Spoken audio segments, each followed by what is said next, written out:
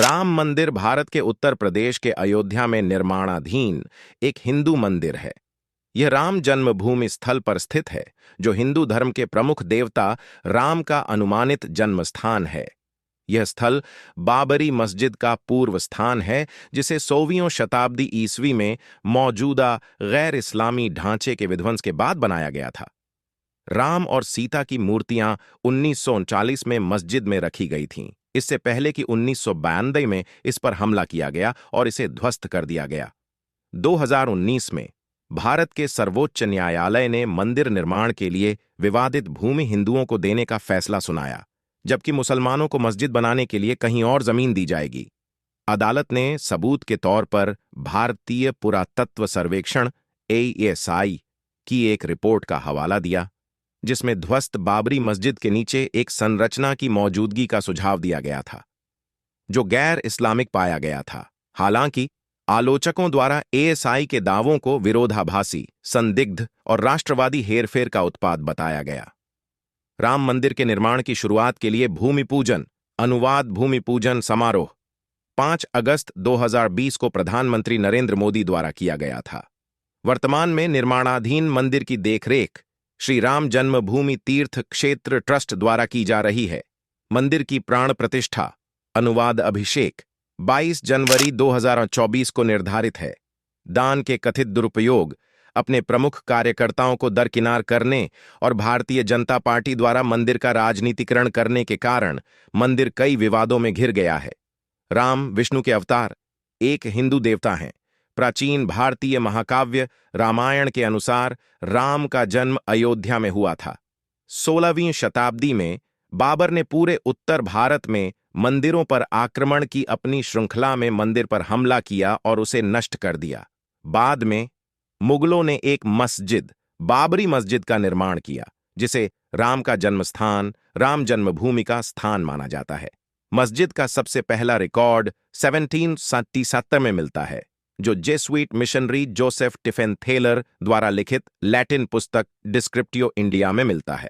उनके अनुसार मस्जिद का निर्माण रामकोट मंदिर, जिसे अयोध्या में राम का किला माना जाता है, और बेदी, जहां राम का जन्म स्थान है, को नष्ट करके किया गया था। धार्मिक हिंसा की पहली घटना 1873 में दर्ज की गई थी। दिसंबर 1878 में ब्रिटिश प्रशासन ने विवादित स्थल पर हिंदुओं को पूजा अनुष्ठान आयोजित करने से प्रतिबंधित कर दिया। मस्जिद के बाहर अनुष्ठान आयोजित करने के लिए एक मंच बनाया गया था। 22-23 दिसंबर 1939 की रात को राम और सीता की मूर्तियां, अनुवादित पवित्र चित्र, बाबरी मस्जिद के अंदर स्थापित की गईं और अगले दिन से भक्त इकट्ठा होने लगे। 1950 तक राज्य ने CRPC की धारा 145 के तहत मस्जिद पर नियंत्रण कर लिया और मुसलमानों को नहीं, बल्कि हिंदुओं को उस स्थान पर पूजा करने की अनुमति दी।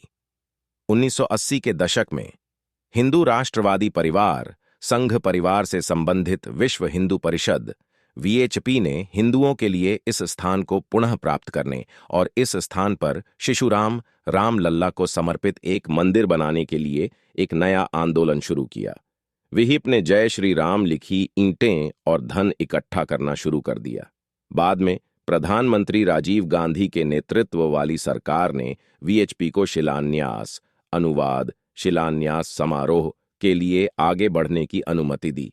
तत्कालीन गृह मंत्री बूटा सिंह ने औपचारिक रूप से VHP नेता अशोक सिंघल को अनुमति दी। प्रारंभ में भारत सरकार और उत्तर प्रदेश सरकार इस बात पर सहमत हुई थी कि शिलान्यास विवादित स्थल के बाहर किया जाएगा।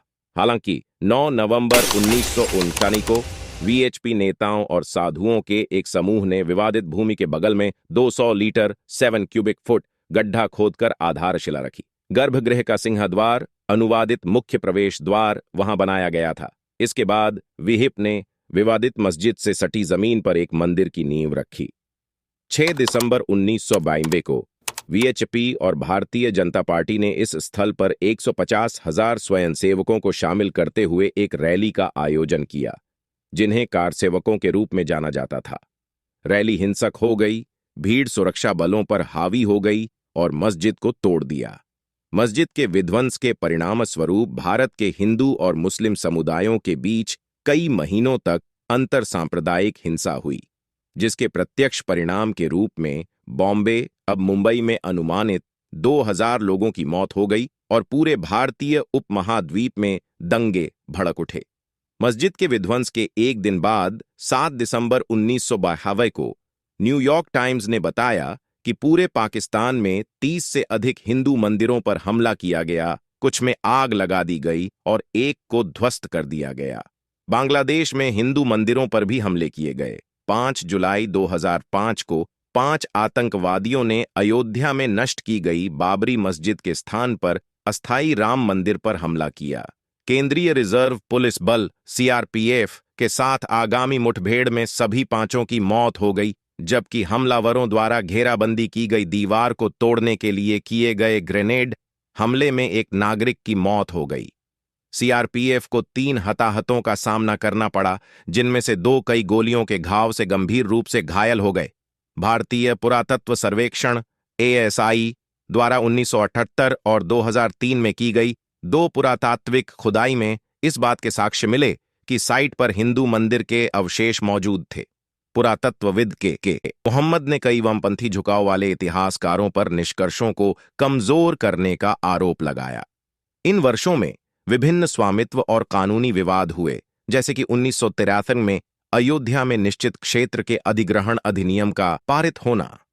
2010 में इलाहाबाद उच्च न्यायालय ने फैसला सुनाया कि 2.37 एकड़ 1.12 हेक्टेयर विवादित भूमि को विभाजित किया जाए 3 भाग, जिसमें 1/3 राम मंदिर के निर्माण के लिए हिंदू महासभा द्वारा प्रतिनिधित्व किए गए राम लल्ला या शिशु भगवान राम को दिया जाएगा, 1/3 मुस्लिम सुन्नी वक्फ बोर्ड को दिया जाएगा और शेष 1/3 हिंदू धार्मिक को दिया जाएगा। संप्रदाय निर्मोही अखाड़ा।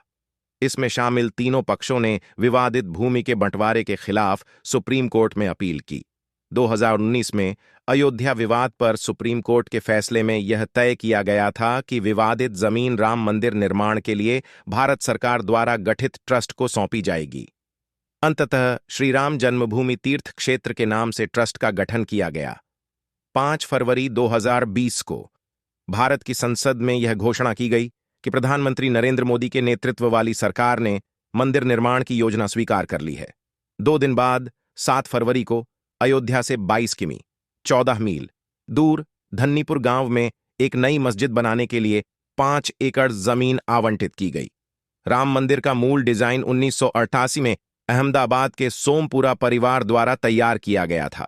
सोमपुरा ने कम से कम 15 पीढ़ियों तक दुनिया भर में 100 से अधिक मंदिरों के डिजाइन में योगदान दिया है, जिसमें सोमनाथ मंदिर भी शामिल है।